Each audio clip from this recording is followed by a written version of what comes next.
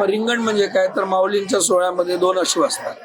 एका अश्वावर माऊलींचा राजध्वरी चालतो आणि दुसरा अश्व माऊलींचा अश्व म्हणून असतो. माऊली मधात असते, त्याला गोल रिंगण म्हणतात.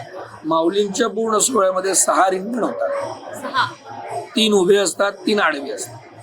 तो उभं रिंगण म्हणजे काय, माऊली रथामध्ये राहील आणि मग रथाला उभं असं एक रिंगण म्हणजे प्रदक्षिणा घातल्या जाईल.